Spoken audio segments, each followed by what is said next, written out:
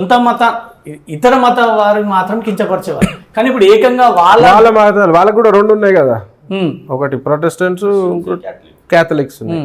Catholics మనోభావాలను కించపరుస్తారు. అంటే వీళ్ళు దేనికైనా పేరు రానికి ఎంత నీచానికైనా ఒడిగడతారు. సో నేనేమంటున్నా అంటే ఈ పద్ధతిని మార్చుకోకపోతే రేపు కేసులు ఒకటే కాదు, జనాలలో తిరిగే పరిస్థితి కూడా ఉండదు. ఇవాళ వీరితోటి కలిసి నేను ఎందుకు కూర్చున్నా, వారు మంచి విశ్వాసంతో మా మతం నేను నమ్ముతానా, కానీ మీ మతాన్ని గౌరవిస్తా, అట్లాంటి వాళ్ళు కావాలి. మన క్రిస్టియానిటీలో అట్లాంటి వాళ్ళు కావాలి. దొంగ పాస్టర్లు మోసం చేసి దశమ భాగం కూడా తప్పు కాదండి, అవసరం లేదు.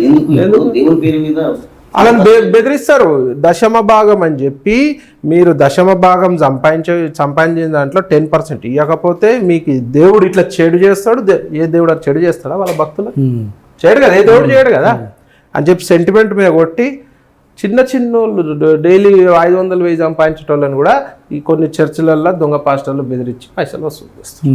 జోసెఫ్ గారు, మీకు ఇది అవమానంగా అనిపించట్లేదా? ఎందుకంటే